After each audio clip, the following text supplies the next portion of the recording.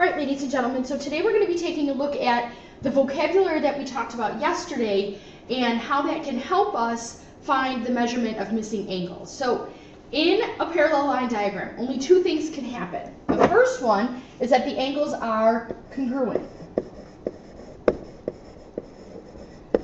This happens for alternate interior, alternate exterior, corresponding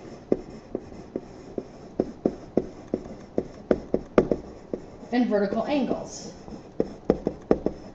So if you have any one of those, they have to be congruent, right? That means equal. The other situation is that the angles are supplementary.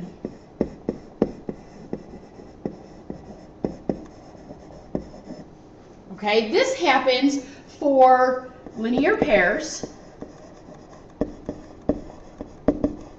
or adjacent angles.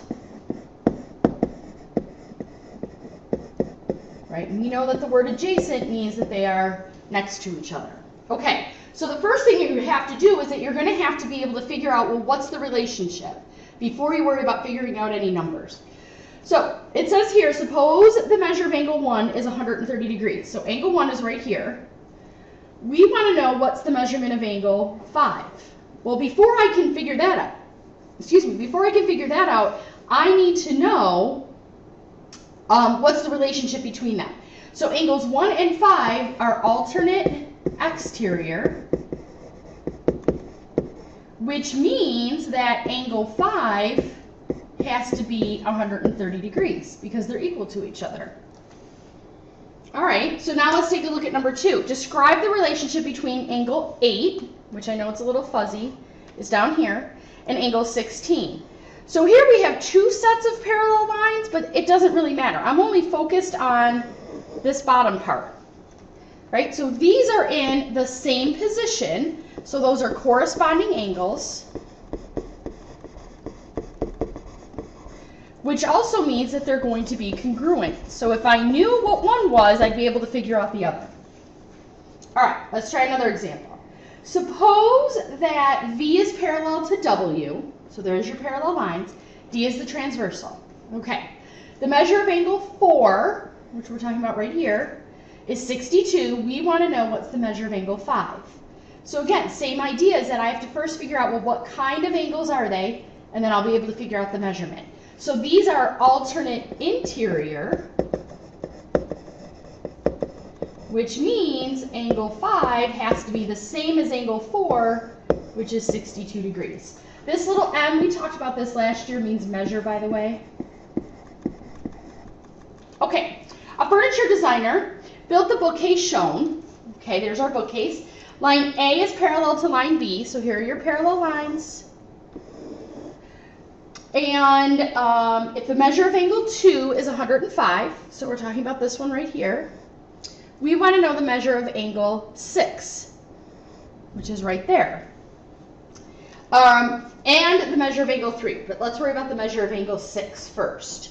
Well, these make a linear pair because they make a straight line, which means these are going to be supplementary. They add up to 180.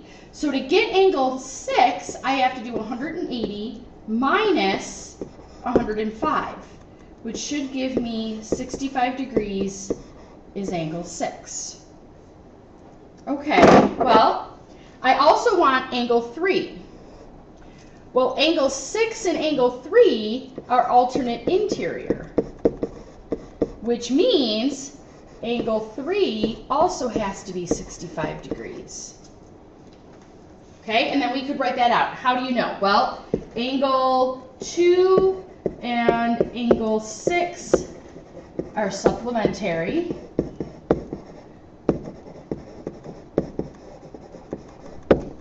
And then angle 6 and angle 3 are alternate interior.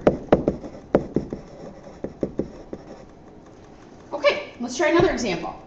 So assuming line line 1 and line 2 are parallel, if the measure of angle 3, so right here, 3 is 106, what is the measure of angle 6? So we're looking here. Well, again, they're alternate interior, which means that angle 6 also has to be 106 degrees. What do you know about angles 2 and 7? Well, here's 2 and 7, right? I know that those are alternate exterior. I also know that they're congruent. Okay, are they equal? Are the measures equal? Yes, because they're congruent. Use informal arguments to support your claim. Well, my claim is that I can translate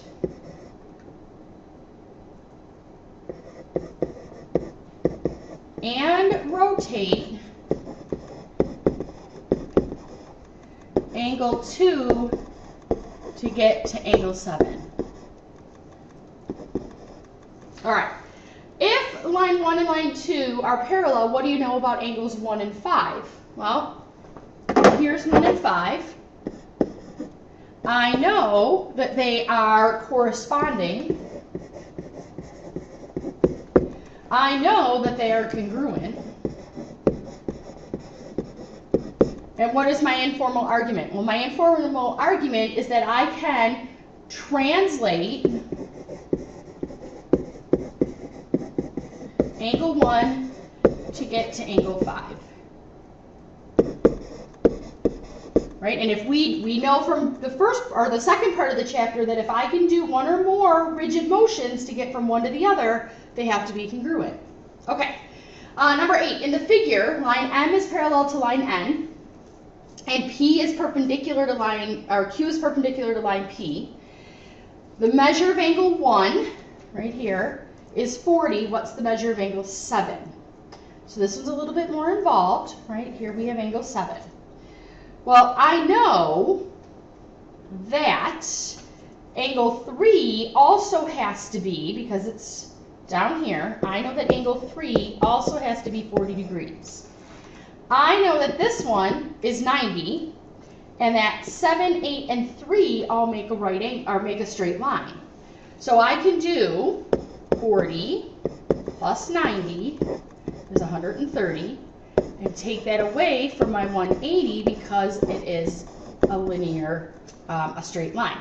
So 50 degrees is angle 7 was what we were looking for. All right, same diagram, I believe.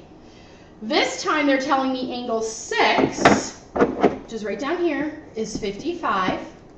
And they want to know what's the measure of angle 4. This one right here. Well, this one, number 5, is also 90 because it's vertical to angle 8. So I can do the same idea. I can do 55 plus 90 is 145 and take that away from 180, which should give me 35 degrees is angle 4.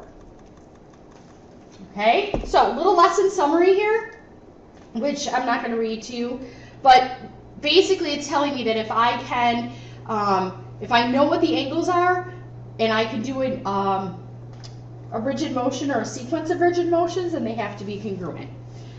Any questions? Bring them to class. Have a good night.